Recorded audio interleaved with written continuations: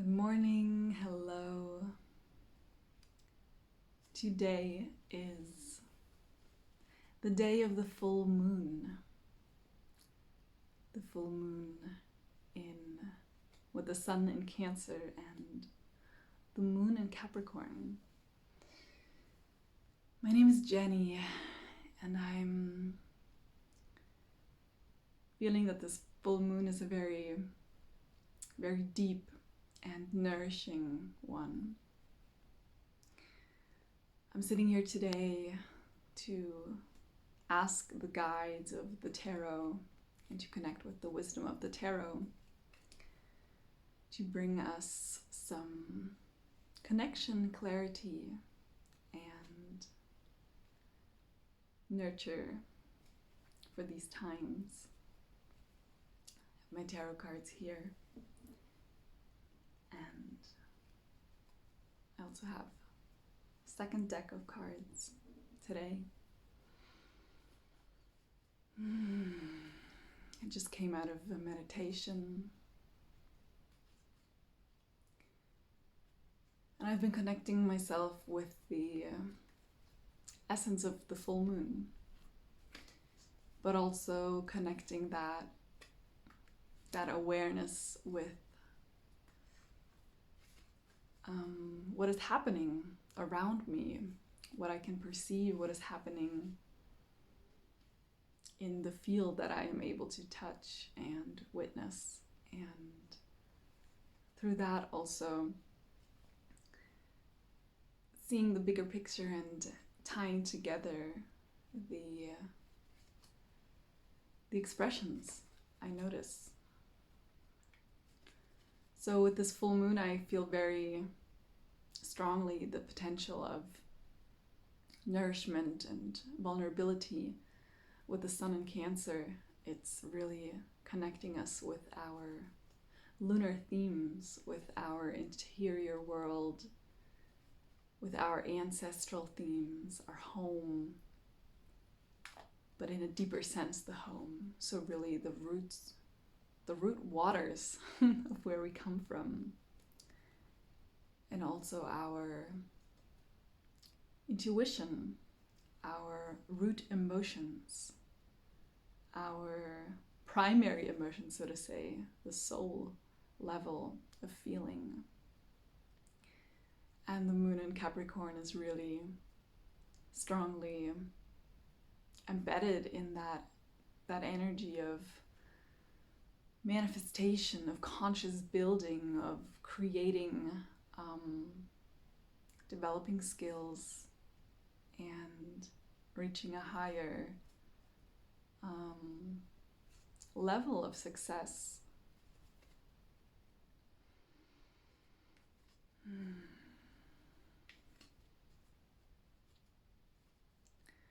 I'm just shuffling the cards, awakening the energies within them.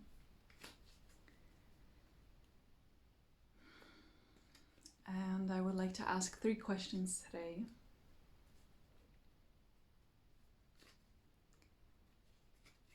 I would like to invite everyone of you to settle into the space. If you haven't already, take a deep breath.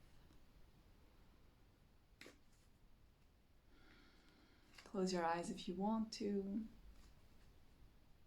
I invite you to welcome yourself into the space where you're sitting or standing.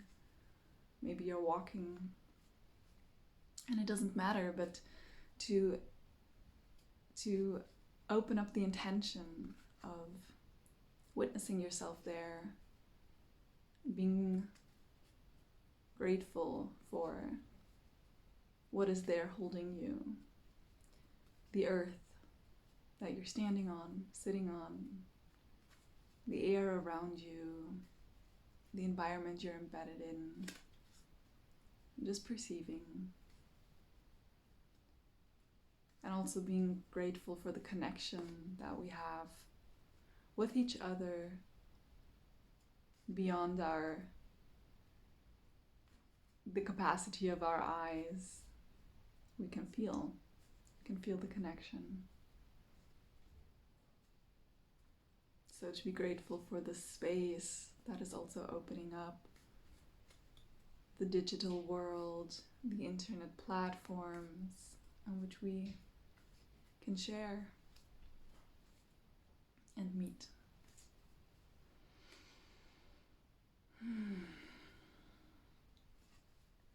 I would like to ask what the challenges may be right now that the increased vulnerability brings us. So the challenge is also always the gift. But what this vulnerability is teaching us, what may be the challenge that comes with it, what is important to acknowledge, and keep close to our awareness. What is this vulnerability challenging us to be right now? How to be right now?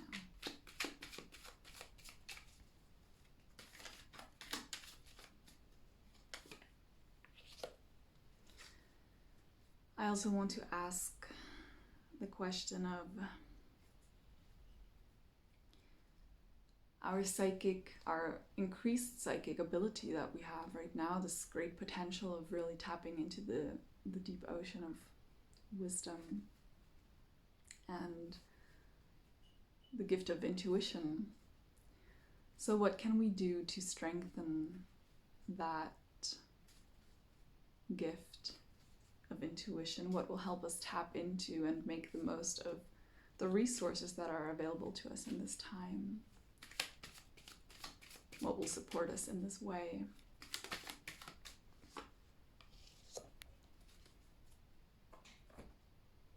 And thirdly, I would like to ask,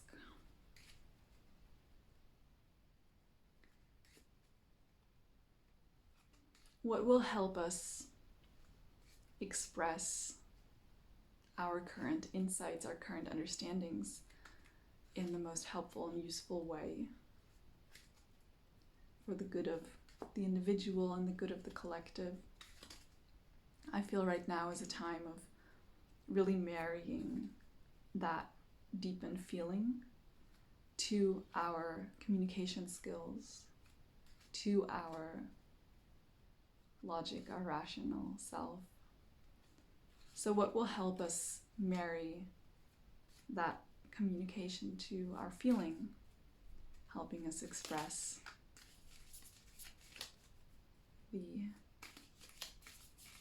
teachings of this moment and share our wisdom.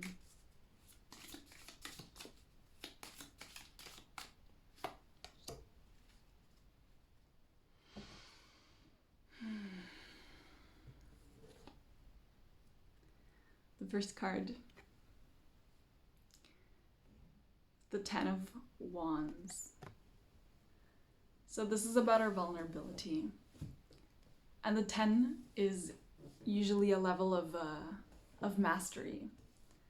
It's the end of a cycle. If we have the numbers 1 to 10, it's the end point. It's not only the ending of a cycle, but simultaneously the beginning of a new one. It's the 1 and the 0. The wands are representative of our passion, our fire, our connection to spirit, our kind of beyond the mundane world, but this world that lies within the mundane everywhere. So here this figure, I'll turn it around, is carrying these 10 wands. Our vulnerability is really teaching us that we continue walking on even when we feel like we're not seeing anymore. But I feel like in this moment, it's really a moment of acknowledging that there's always two ways to witness our experience. And it's best to look at our experiences from all the perspectives and then to notice which one of these perspectives are supporting us in feeling empowered, which one of these perspectives are supporting us in feeling like we are being supported. So in those moments in which we feel vulnerable, what perspective of the situation, what perspective of that vulnerability is empowering me? What perspective of that vulnerability is making me feel like I am supported? We can take this card and we can see a figure that is not able to see. We can see a figure that is perhaps burdened by the load that it is carrying. We can see a figure that is maybe slowed down by this load, or that feels its heaviness. But we can also choose the perspective to see a figure that is in contact with its spirit, with all of its spiritual guides, with all of its spiritual reminders. And these reminders being so strong and so present that not only are they in the hands, but they are being taken everywhere where this figure goes. And they are not only a burden in the sense that the heaviness is felt, but they can also become a proof of existence. The heaviness can also become a proof of feeling, of connecting with that thing, with that presence. And this figure is really allowing itself to move forward. So one way we can look at it is we are having to carry the things, bring them with us. The other way we can look at it is these things are also guiding us. They are drawing us and pulling us, and we move with them. We move them, but they also move us.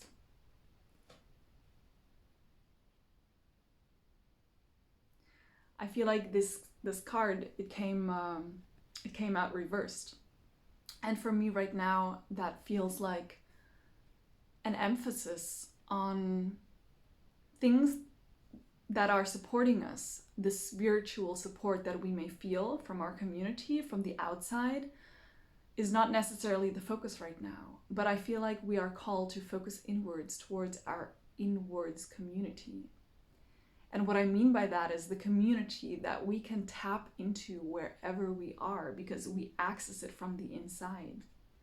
We are the access point, and this burden is also crossing here. It's also the access point of deeper understanding. It's the access point of initiation into the next cycle of what our soul vehicle wants, our spirit, our fire, of what the fire energy is enabling us to go, is enabling us to do, where to go. I feel very strongly that the topic right now is very ancestral, and we are being asked to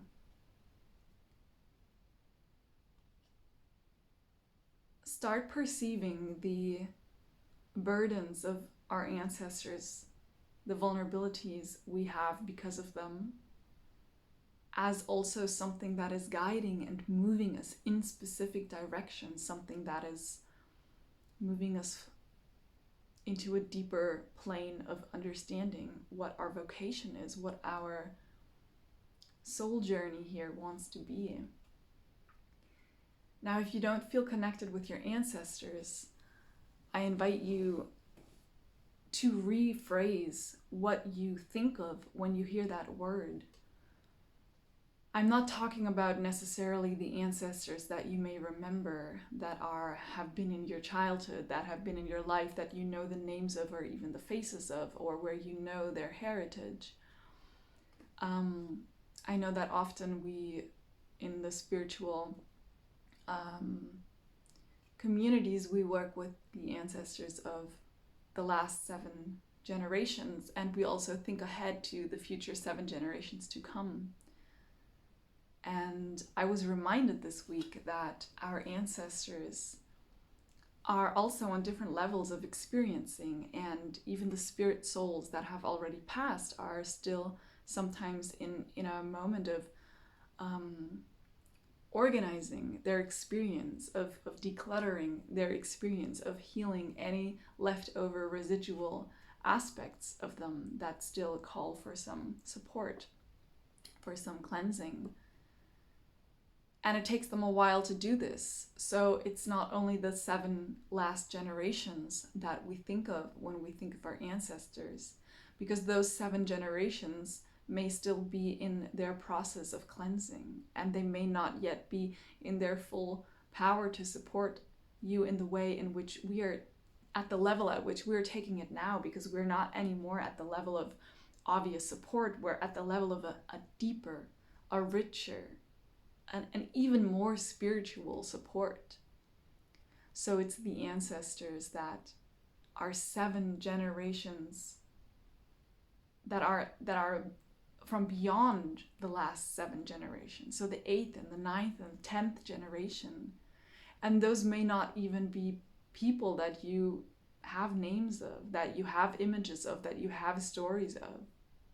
And they are the ones, they are the spirits who have done their work, who have done their cleansing, who are finished, who are now ready, who have grown, who have embodied the elder ancestor point of their being.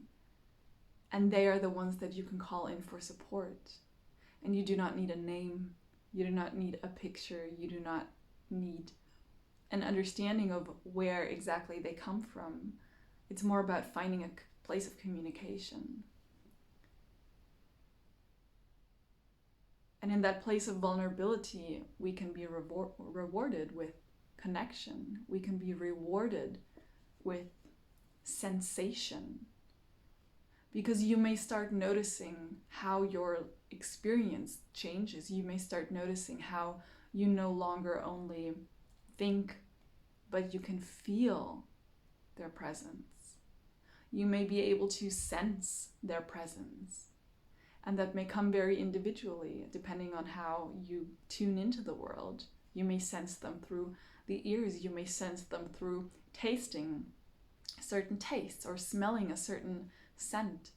You may perceive them in your dreams. You may simply feel more courageous. You may simply feel like you're walking with more confidence.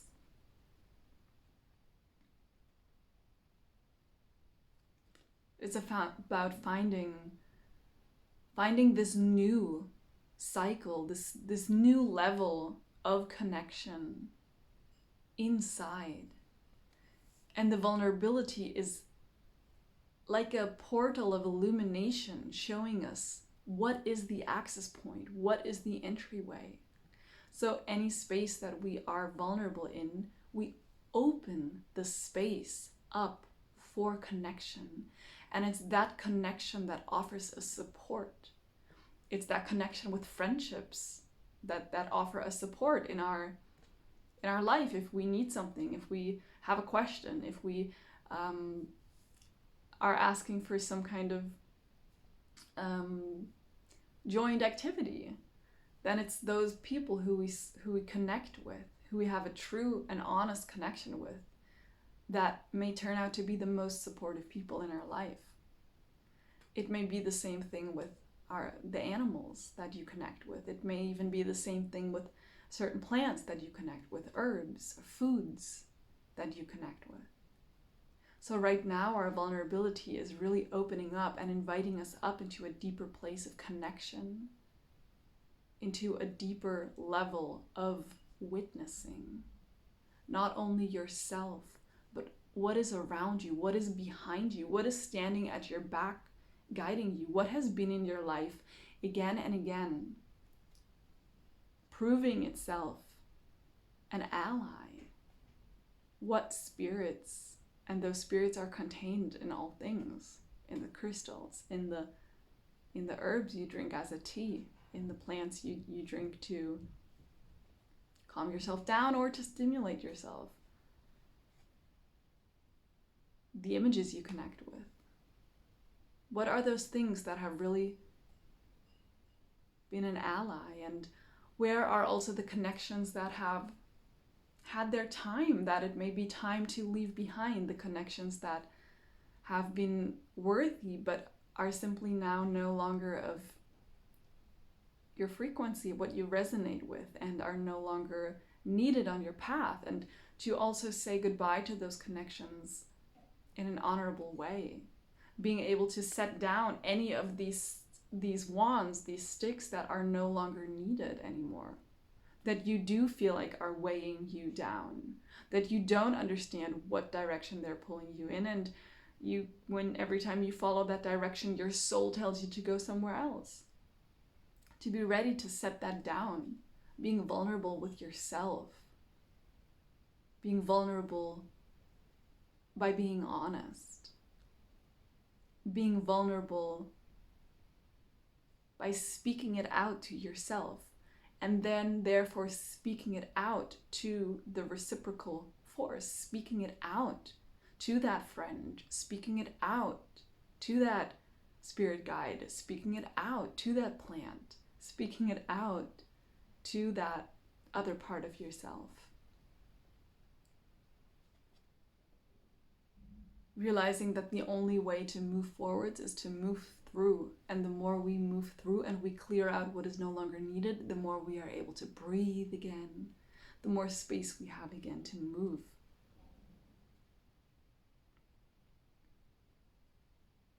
A deeper connection and vulnerability as an entrance, gateway to even deeper connection. And that connection is rewarding us not only with fulfillment, but also with support.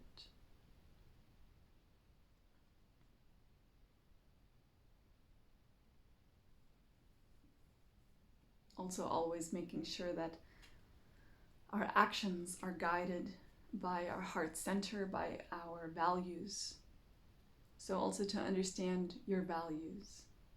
Understanding the values that have proven themselves as allies to you.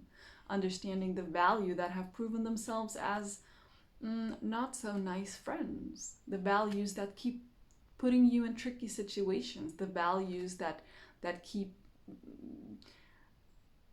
moving you into spaces where you don't feel like you're doing what you actually want to be doing. And saying goodbye to those values.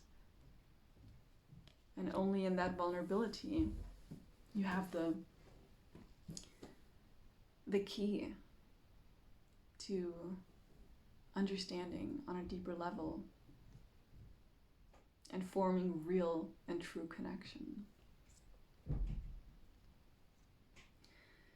The second card we pulled, it came out sideways, but I'm going to turn it so that you can see. It's the 8 of Swords. And we asked here about our psychic intuition. We asked here about connecting with our psychic gifts, without the deeper intuition, and what will help us connecting with. So now we know how to find the entrance point for connection, and now we are looking at the gift of intuition and how we best utilize it. The 8 of Swords is a card that is often pointing us towards self-manipulation, in the sense that we may be stuck in victim mentalities. We may feel like we cannot move forwards. We may feel like we are not able to move, not able to see. But what we always have left is the ability to sense. Here with this foot in the water, even when our arms and hands are tied, even when our eyes are closed, we always have this ability to sense. And our feet are one of the points that are also access points of energy to enter our body. Your feet, your hands, your crown. But especially the feet are connected also to Pisces, to the world of the collective subconscious, to the world of dream, to the world of spirituality. So it's about understanding that this spirituality and this psychic ability is really something that we always have access to. In any moment that you feel like you are stuck, you have access to this gift. In any moment you feel like you're not able to move forwards, you have access to this gift. And we access this gift by understanding the physical access points of our body that heighten and support our intuition, but also by understanding the dream realm, by understanding how to tap into the collective subconscious. I feel that one of the important messages of this card, it also came out on the side, which points me to believe that it's also something that we may only think of doing it internally. So we may only think of activating our intuition through meditation, or through, going inwards and really having that internally. But also, our environment is a huge influencing factor for us. And that environment can become a support or can become a distraction. So I feel this card is really also inviting us to kind of get rid of all of the distractions in the environment that are limiting this gift, limiting us by discouraging us to even enter this state of being, but also by discouraging us by just being a distraction, be it a visible, like a visual distraction or an auditory distraction, but also things that are a distraction energetically, because simply by their presence in the room, you may not be looking at it at all, but simply by the presence in the room, it may be emitting an energy that you are sensing that is constantly distracting you from being with yourself and with your own intuition. So this card is also an invitation for you to limit yourself from doing actions that are constantly distracting and avoiding, limiting ourselves from looking at things that are constantly distracting and avoiding. I feel that in the last couple of weeks and months, we have had a huge phase where we have been really pulled back into indulging in little tiny habits that sometimes are totally fine to relax, unwind, enjoy life, have fun, connect with a certain part of ourselves that wants this. But it's always about finding balance. And I feel like the time of indulging in some of these things may have now reached a point where it's time to tone it down a little bit. It's time to reel it back in a little bit. It's time to change it up a little bit, because sometimes we get stuck in our routines, even though it's the very routine that even enabled us to do something well in the first place. There may be a point where we just require of a little bit of a system interruption or a little bit of a change, because we're not always the same, but we're constantly changing. We're constantly also in cycles, and the cycle changes. And now that thing that was really good for me 4 weeks ago is just now feeling kind of like a distraction. It's important to notice when those things happen, when they occur. And this card is right now really inviting us to kind of notice, what are the distractions? Where are they? How can we limit our actions that are distractive? How can we limit the visual cues that may be distracting us? How can we rely more on opening the channels that we know are going to support us in tuning ourselves into that energy, that realm, that frequency, that brain frequency?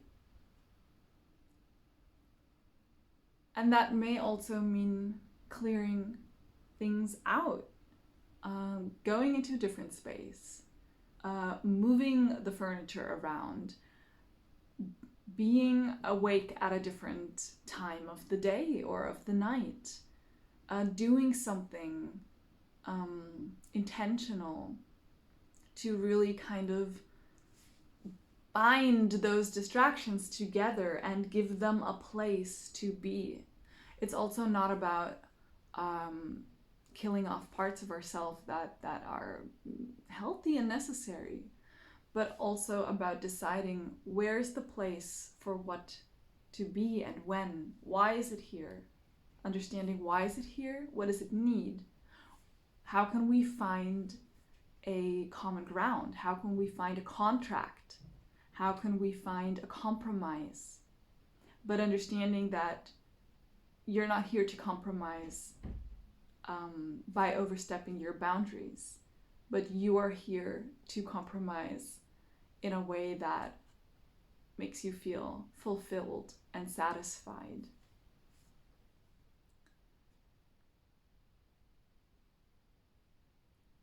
Really understanding the cycles. 8 is also the number of the cycle, of the infinity, of the continuity, and finding that balance of actions, that balance of what are we watching, what are we looking at, what are the colors that are surrounding me, what colors am I wearing, what colors am I inviting into the field when I choose to meditate. Also understanding not only what are the distractions, but what are the supportive factors. Understanding that we open us up to the realm of psychic ability by internal decision, by willpower and attention, and we can support that through physical sensations. What do your feet want to tap into? What is it that they want to physically feel? Is it a certain scent that opens you up into that dimension? Is it a certain sound that helps you relax yourself into that space? Is it having water next to you? There are many things. And observing, how does that change your experience? How does that support your experience?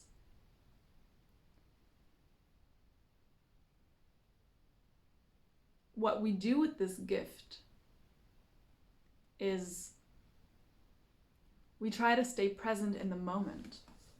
And what is happening here is also all of these swords are also all of the past experiences, and they're all overlapping, they're all intertwined. They're kind of building a fence. They're building both a fence to lean on, but also they may be building a cage. If it keeps going around here, then this figure would be encaged.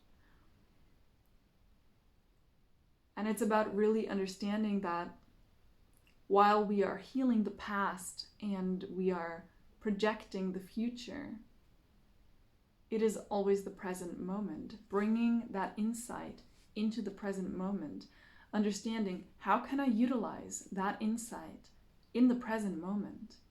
How can I not be distracted by what was happening and what will happen, what may happen, what should not happen anymore, what I would want to happen?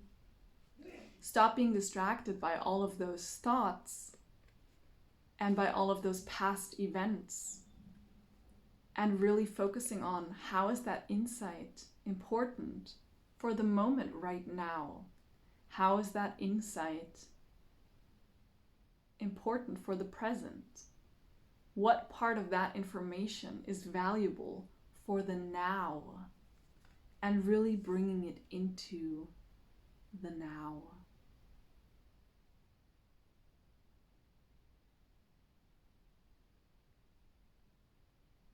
Balance is key.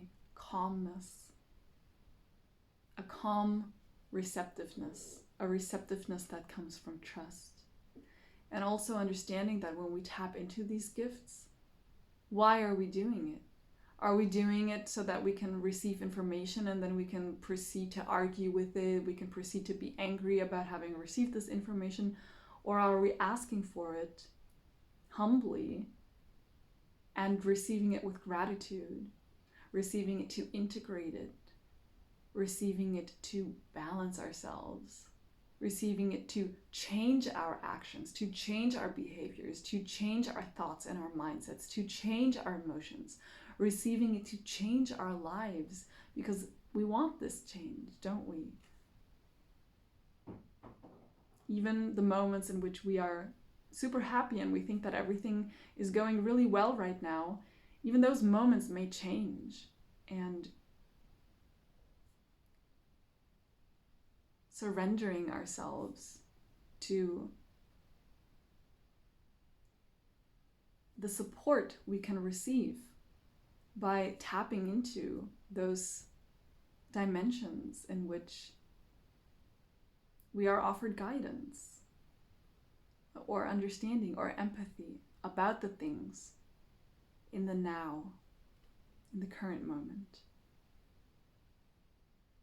Centering ourselves in the current moment. Because in that moment we can reach true freedom and liberation when we're not stuck anymore in the past. And also not yet anticipating the future, but really understanding the now.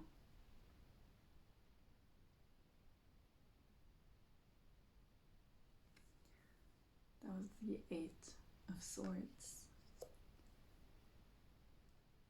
So how do we combine these feelings, these insights, this intuition? How do we marry it to the communication? How do we express it outwards to our environment? How do we express it to our logical, rational brain? How do we express it to other aspects of ourselves? How do we express it to whatever needs to receive?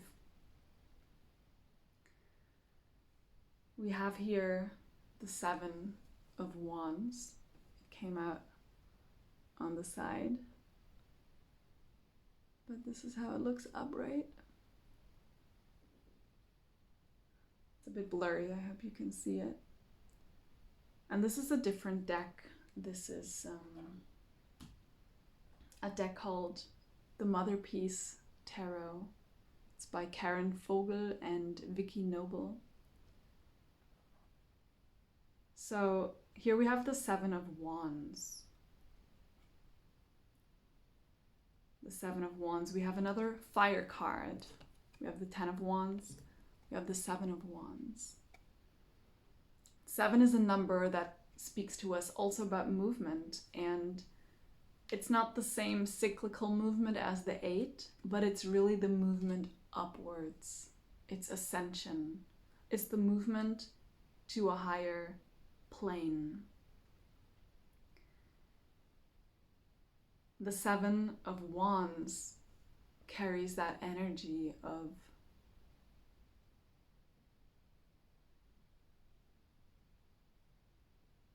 understanding the importance of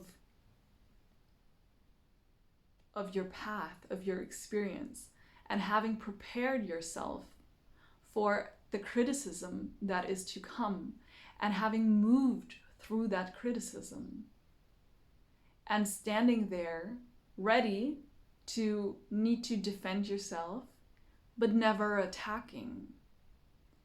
And it's that kind of energy that we need that kind of confidence that we need when we share our insights with the world.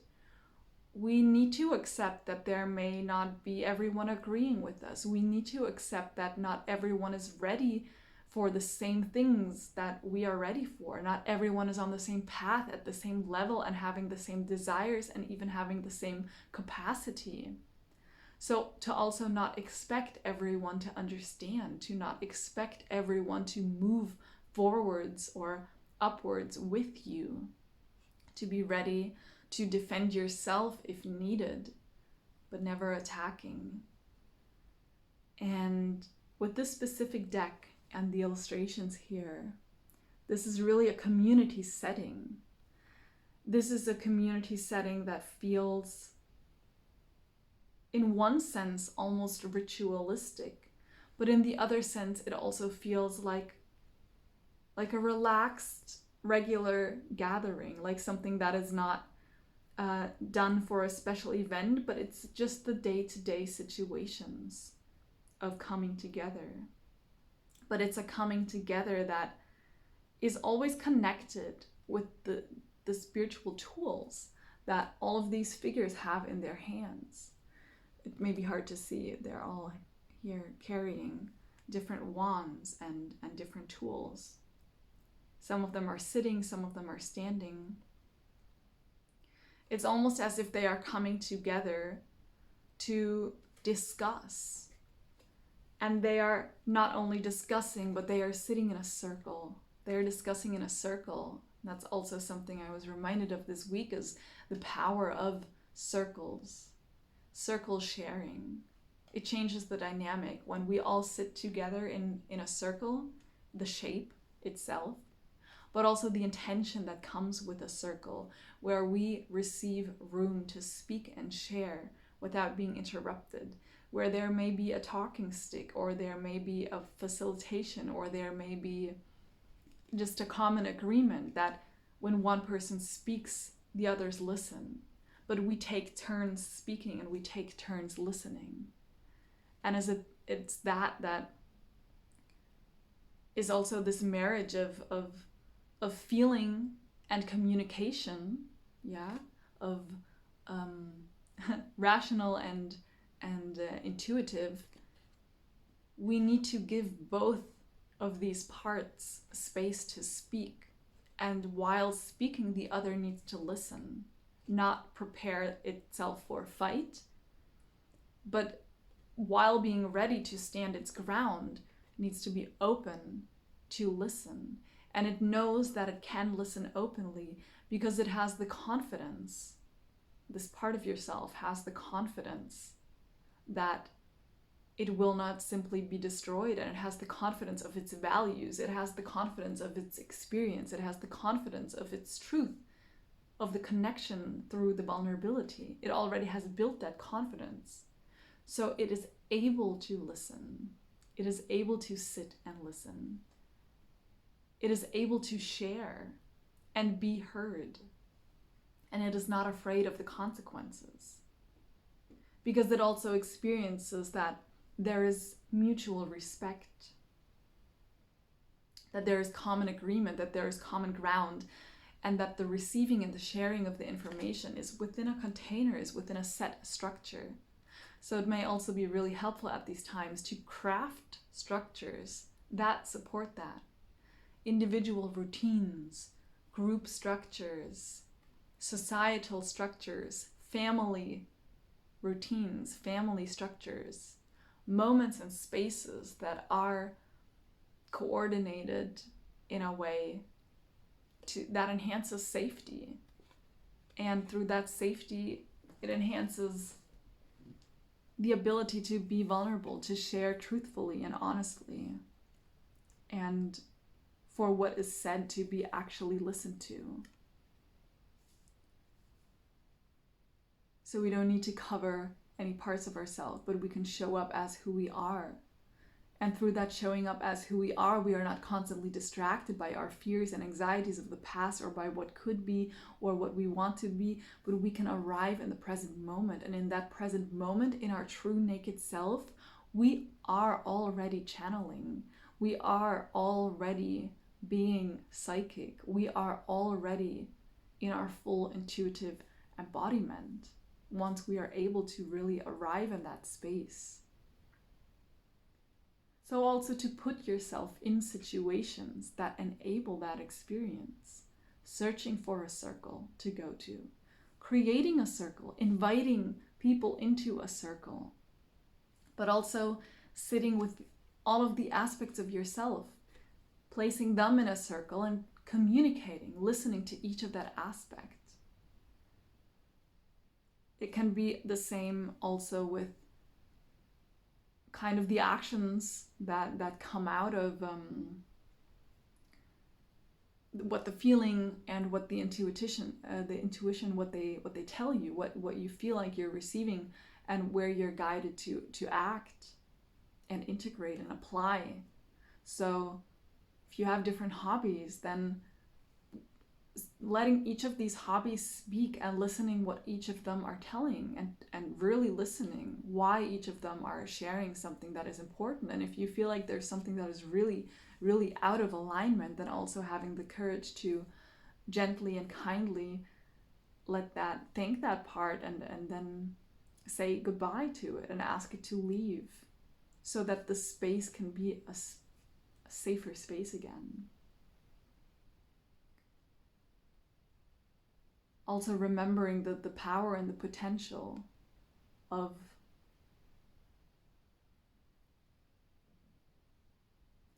the wands themselves, of the physical tools that kind of keep us connected with our spiritual intentions. And that's something also that each of us can do when we marry our feeling to our intuition. We can craft reminders for ourselves. We can craft reminders for the rational part of us that tends to forget the beautiful magic feeling of an experience we had, and it tends to fall back into the rational critical self. And maybe that part may benefit from having a reminder, a physical, tangible reminder, something that you understand because maybe you made it, or because it came to you and it feels like a strong representative, or maybe something else can offer you to remind you. That can also be a conversation, that can be visiting a ceremony, that can be drinking a cacao, for example. But having a physical, visual, sensorial reminder can be a great way to keep the conversation leveled, balanced, in the same way that we understand when we sit in circle and we use a talking stick, we don't just use the talking stick because it looks beautiful or because it feels nice holding something in our hand and we don't know what to do with our hands, or because we read about it in a book and we are forced to doing it. No, there's a reason why we do it. We understand that it is a reminder for everyone who is speaking. It's a reminder for me when I'm holding it that I am speaking right now. And when someone else is holding it, it's a reminder for me that they are the one speaking right now.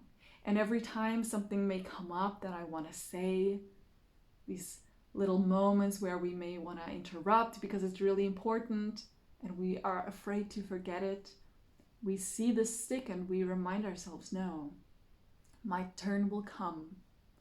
My turn will come right now, I'm listening. It's a reminder, it's a physical reminder. And those are powerful tools. So understanding what are those physical, visual, sensorial reminders that remind you of an intention, but that also remind your intuition and your emotion of something logical, something rationally necessary, something practically helpful. It goes both ways because none is better than the other and both are very needed, and the most powerful is when they are combined in a supportive way, married to each other, because they together have the potential to open up the space and birth something new. And really being able to listen to each other is what allows them to benefit from their union. Understanding that they are complementary to each other. That it's not either or, but and. At the same time, we need to work with this 3D reality in which things are polarized, in which things are separated so they can be looked at from different angles, in which things are not only and, but sometimes they are either or. And in those moments, we need to create balance and find ways and structures that really craft that balance and hold it into place. So that either I am speaking or I am listening. And then it changes, because it's that change, that motion, that keeps things fluid, that keeps things fair, that keeps things moving. And that enables real exchange to happen. Actual exchange. So I feel that is the key element here. These cards are beautifully together, aligned. And it's not about also the cards about receiving them individually, but receiving them together. They are all speaking together. And we have here the Ten of Wands really reminding us that vulnerability is a point for connection, an access point for connection. We have the Eight of Swords that came out laying on the side as that connection, that access point really being channeled in a direction and done so consciously, deciding to let go of the distractions and deciding to create and cultivate a safe space in which, using tools that work, exchange is taking place. An actual listening can happen. An actual community is being experienced. Actual community is being lived. Lived in now, in the present, and not in the moment before and the moment after.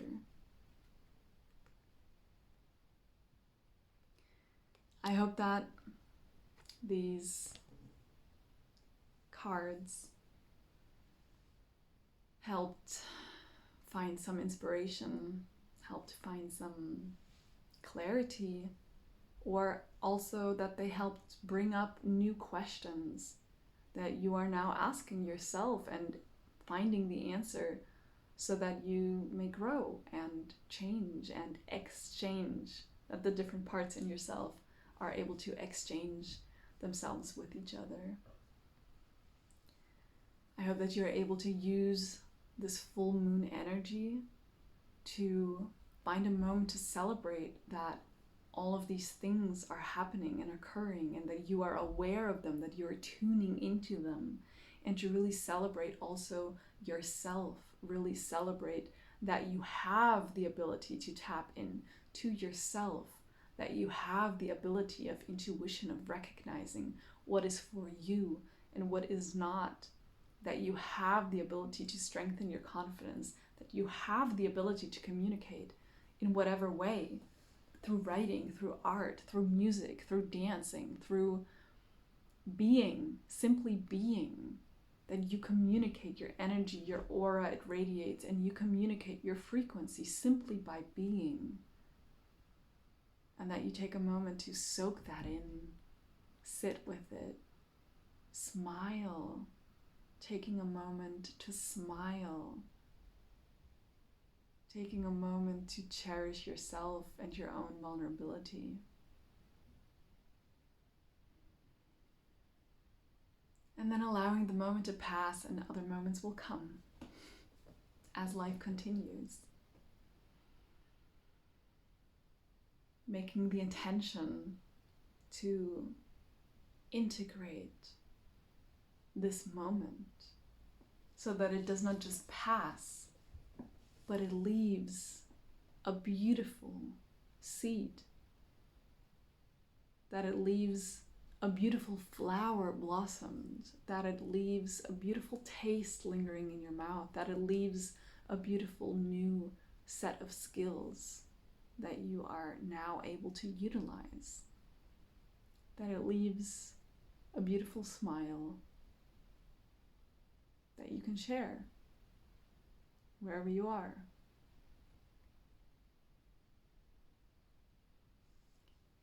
I thank you so much for listening. I thank your energy and your presence for tuning in, for being here, for connecting with me, for connecting with the cards. I thank the tarot for sharing its beautiful wisdom, the archetypes for embodying themselves through us, through images and symbols, and all of the beautiful ways in which this knowledge is being shared through so many beautiful decks, so many beautiful artists and authors, and also the very ancient wisdom and knowledge that is guiding the structure, the system, helping us to tap into the realms of communicating with the unseen, but with the felt, with our ancestors, our spirit guides, and the elements around us.